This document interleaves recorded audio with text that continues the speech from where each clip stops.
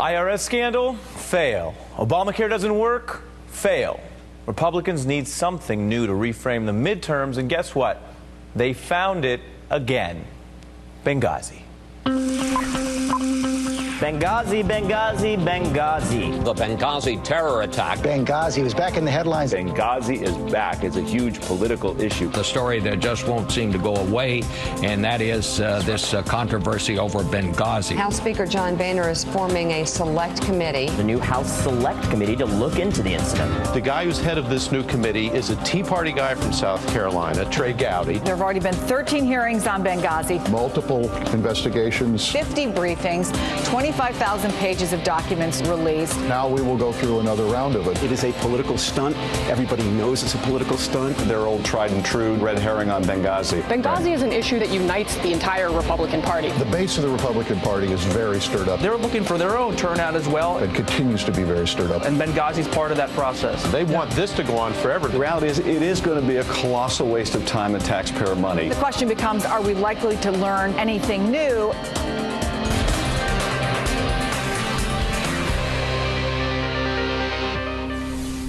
Hi, I'm Ari Melber in for Lawrence O'Donnell, and tonight we are back to Benghazi. Many Republicans said the 2014 campaign would be all about repeal. You remember that?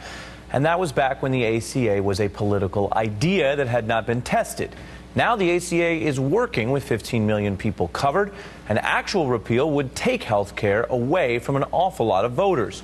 A report out today, in fact, shows the rate of the uninsured in America is now down to 13.4%. That is the lowest since Gallup started polling that data in 2008. But House Republicans don't want to deal with that, so it is back to Benghazi. Today they promised to vote as soon as this Thursday to do something about Benghazi. Well, that means doing something if you count convening politicians to repeat talking points as doing something. Their new plan is literally to form a committee devoted especially to this topic, a House Select Committee on Benghazi.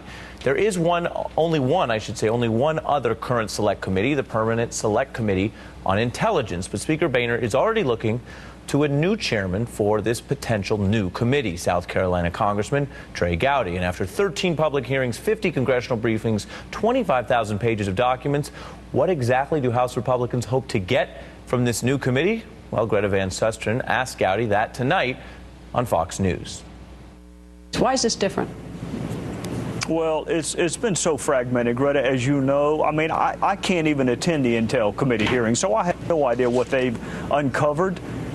Just like they don't come to the OGR, the Oversight Committee. We need a list of the witnesses that have been talked to and which ones are left to be talked to. We need a list of the documents. I want all of the evidence, and then people can draw different conclusions from those facts and evidence, but you can't draw conclusions if you don't have all the facts. And what this committee is going to do is once and for all lay out all the facts, and then your jury can draw whatever inferences and conclusions they want to.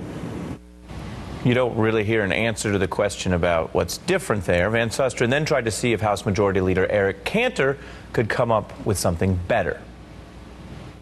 There have been 14 committee hearings. Why does the Select Committee make this any different? First of all, I am proud of the work that has been done thus far.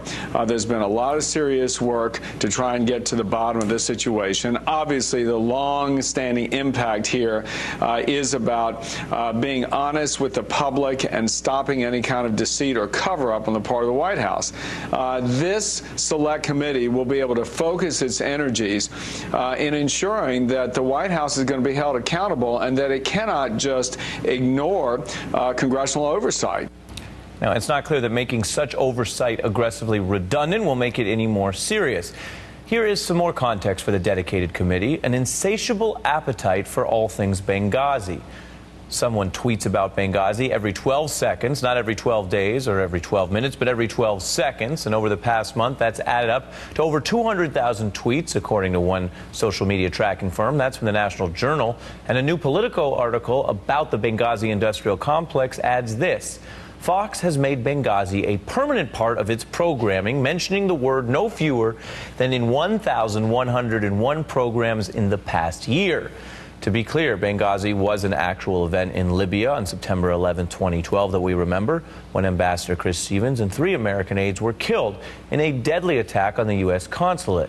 Those 4 Americans lost their lives in service to our country. It is certainly a tragedy and deserving of all kinds of questions about the security, what happened there, and what we can and must do to protect our soldiers and our diplomats in the future. But in the conservative imagination, what you're seeing here, what you see in those clips, is that Benghazi is, well, here's how Jay Carney put it. It's like it's a conspiracy theory without a conspiracy.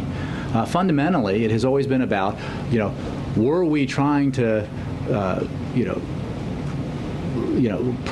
perpetuate a myth about what happened in Benghazi? That information loop is fed by, authorities who, in the Republican Party in this case, reconfirm for those who want to believe in conspiracy theories that don't have any factual basis, but tell them they're true anyway, by media outlets that pound that message in to those who are predisposed to believe it.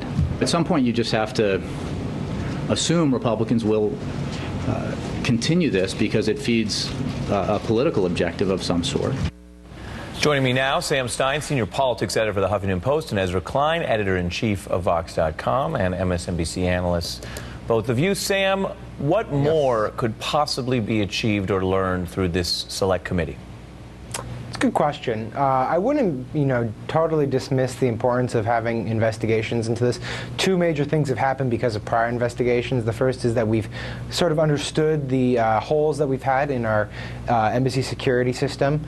Second is that we've understood the problems that we've had in streamlining requests for more security and the lack of intelligence on the ground in places like Libya. So there are good things that can be generated from these types of investigations. The problem in this case is that the topic's been a bit beaten to death.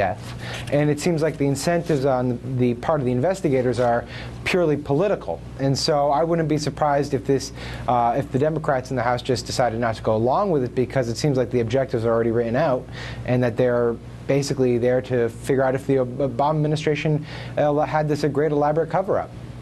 Yeah, I mean, Sam's putting his finger on it, Ezra. If this is an inquisition, how should the Democrats even deal with the formation of the new committee?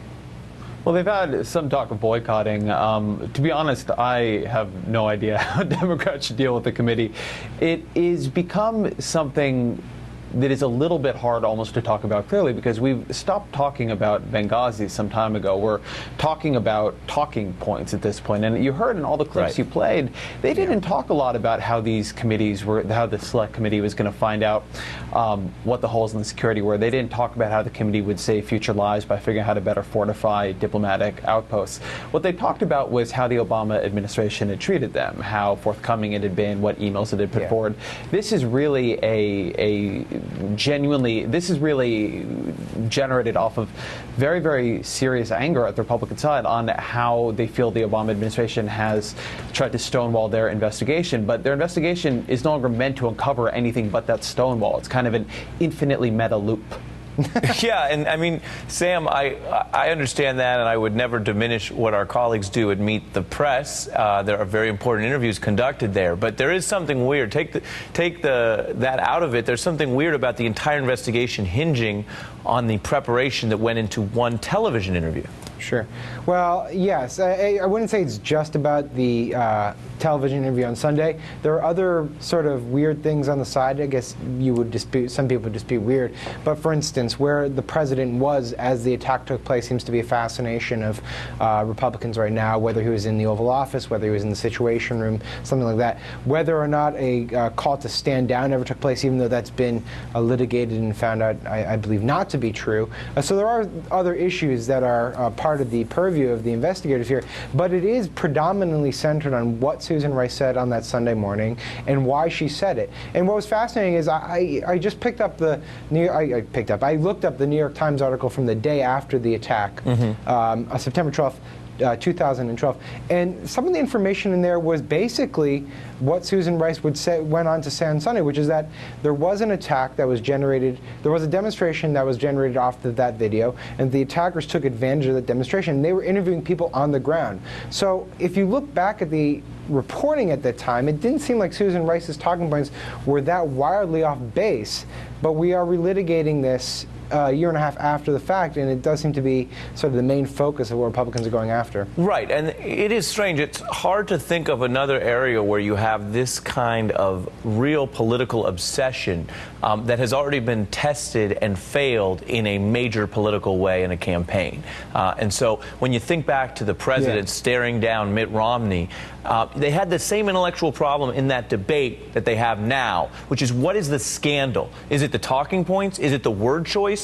Because you look pretty crass when you focus on that and not the security and the lives lost. I do want to play it. People remember it, but let's look at that exchange with Governor Romney. It was not a spontaneous demonstration. Is that what you're saying? Please proceed, Governor. I want to make sure we get that for the record, because it took the president 14 days before he called the attack in Benghazi an act of terror. Get the transcript. He did, in fact, sir. So let me call it an act of terror. Can you say that a little louder, Candy? He did call it an act of terror. Ezra, is that a moment that Republicans want to relive on a grand scale? But it is a moment, no, but it is a moment that powers all of this. I mean, Republicans look at that and they don't see Mitt Romney getting destroyed, although that certainly was part of that moment for them. What they see is the mainstream media colluding with the Obama administration, or in that case, the Obama campaign, to brush us all under the rug. Part of the fury here, part of the reason this thing refuses to die, is that Republicans kind of have a where there's smoke, there's fire approach to it. You know, there was just this new email that came out from Ben Rhodes through a FOIA request. It said nothing different at all, but the fact that it hadn't been immediately turned over and the fact that the media seemed to be okay with that, it feeds all this. There's a very deep persecution here, and I think it speaks to the Republican Party's national structure being at this point a relatively weak structure. You were talking about how it's difficult to come up with another example of a party having this kind of obsession connected to no discernible policy outcome. And it's because it's a party that is currently chasing an emotion and a desire for a satisfaction of a fury it has. You typically will have a party establishment be a little bit more goal-oriented in that. But at this point, in order to fire up the base, in order to keep the party together, in order to keep people doing something and excited about something at a time when there's going to be no affirmative action done, trying to satisfy this emotional need for closure on this and for some kind of retribution off of moments exactly like that one has become a real uniting force in the GOP. Yeah, I think that's well put, Ezra, and all I can add to this is that perhaps Governor Romney in his free time can testify before the Select Committee, and we can all relive the Meta Loop again and again. Ezra Klein and Sam Stein, thanks for your time tonight. Thanks, Ari.